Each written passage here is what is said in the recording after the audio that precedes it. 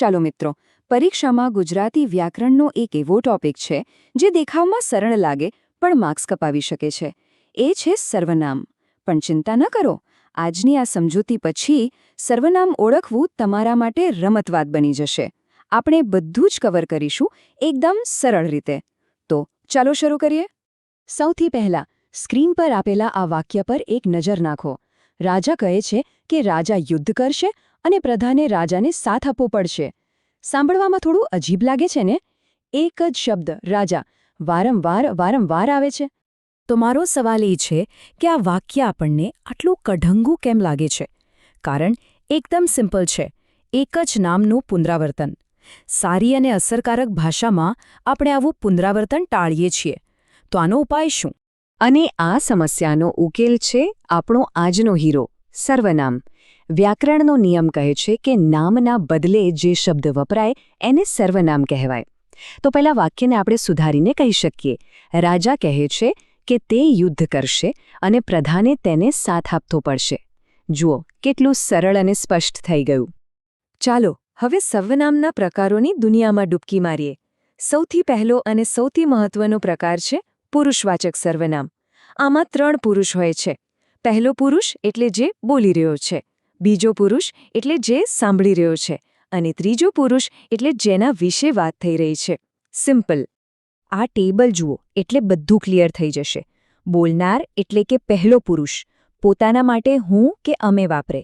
સાંભળનાર એટલે કે બીજો પુરુષ એના માટે તું કે તમે વપરાય. અને જ્યારે આપણે કોઈ ત્રીજા વ્યક્તિની વાત કરતા હોઈએ ત્યારે તે કે તેઓનો ઉપયોગ થાય. બસ આટલું જ છે. ઓકે, ચાલો હવે આગળ વધીએ બીજા અને ત્રીજા પ્રકાર પર, દર્શક અને સાપેક્ષ સર્વનામ. આ બંનેને યાદ રાખવાની એક મસ્ત ટ્રીક છે.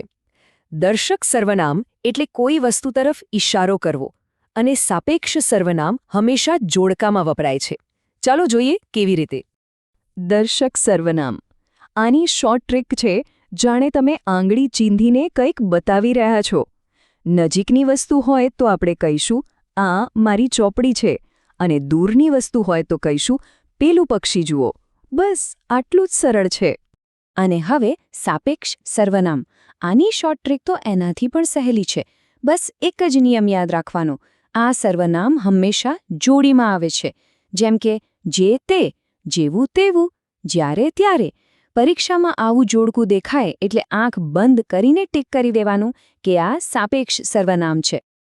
ચાલો હવે વાત કરીએ પ્રશ્નવાચક અને અનિશ્ચિત સર્વનામની. આ પણ એના નામ જેવા જ છે.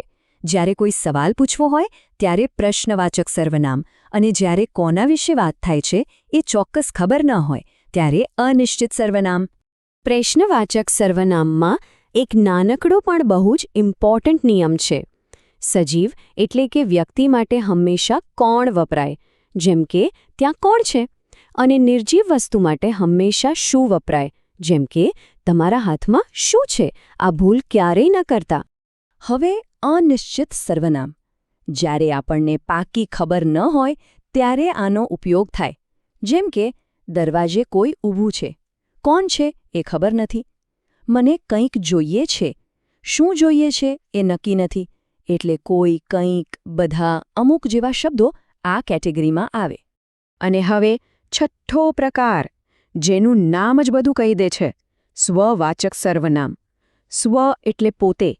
જ્યારે વાત પોતાના પર જ આવે, એટલે કે કર્તા પોતે જ ક્રિયા કરે છે એવું ભાર દઈને કહેવું હોય ત્યારે આ વપરાય. આને ઓળખવા માટે બસ આ 4 શબ્દો મગજમાં ફિટ કરી લો: પોતે, ખુદ, જાતે અને સ્વયં. ઉદાહરણ તરીકે, મેં પોતે આ કામ કર્યું છે. અહીંયા પોતે શબ્દ મેં પર ભાર મૂકે છે. બસ આ જ છે સ્વવાચક સર્વનામ. ચાલો હવે ગેર બદલીએ અને થોડું એડવાન્સ લેવલ પર જઈએ. ખાસ કરીને જે મિત્રો જીપીએસસી કે ક્લાસ 3 જેવી પરીક્ષાઓની તૈયારી કરી રહ્યા છે એમના માટે આ એક ગોલ્ડન પોઈન્ટ છે: લિંગ અને સર્વનામનો સંબંધ. તો જુઓ, ગુજરાતીમાં અમુક સર્વનામ એવા છે જે લિંગ પ્રમાણે બદલાતા નથી. એને કહેવાય અવ્યક્ત લિંગ, જેમ કે હું, તું, કોણ. ભલે છોકરો બોલે કે છોકરી, આ શબ્દો એવા ને એવા જ રહે છે. પણ બીજી બાજુ વ્યક્તલિંગ સર્વનામો જાતિ પ્રમાણે બદલાય છે. જેમ કે પેલો છોકરો, પેલી છોકરી અને પેલું બાળક. આ નાનકડો ભેદ પરીક્ષામાં માર્ક્સ અપાવી શકે છે. સારું, થિયરી તો ઘણી થઈ ગઈ.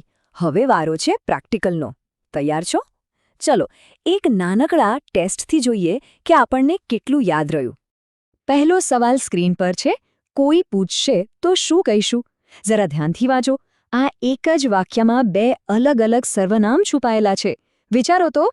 અને સાચો જવાબ છે કોઈ એ અનિશ્ચિત સર્વનામ છે અને શું એ પ્રશ્નવાચક સર્વનામ છે. જો તમારો જવાબ સાચો પડ્યો હોય તો શાબાશ, તમારી તૈયારી સાચી દિશામાં છે. ચાલો બીજો પ્રશ્ન જોઈએ. જેવું મંદિર દ્વાર ખોલ્યું તેવું લોકોનું ટોળું દોડ્યું. આમાં કયું સર્વનામ છે?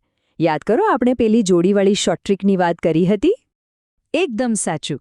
અહીં જેવું તેવુંની જોડી છે એટલે આ સ્પષ્ટપણે સાપેક્ષ સર્વનામ છે.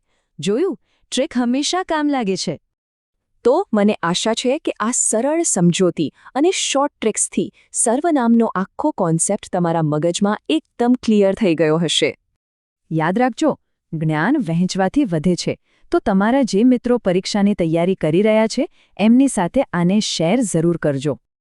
અને હા, ગુજરાતી વ્યાકરણ અને સાહિત્યને આવી જ રીતે સરળતાથી સમજવા માટે અમારી સાથે જોડાયેલા રહેવાનું ભૂલતા નહીં. આપણી આગામી ચર્ચા વિશેષણ પર હશે, પણ જતા પહેલા એક સવાલ તમારા માટે છોડીને જાઉં છું. શું સર્વનામ અને વિશેષણ વચ્ચે કોઈ કનેક્શન હોઈ શકે? આનો જવાબ આપણે આગામી ચર્ચામાં શોધીશું. જો આ સમજૂતી ગમી હોય તો લાઇક અને શેર જરૂર કરજો.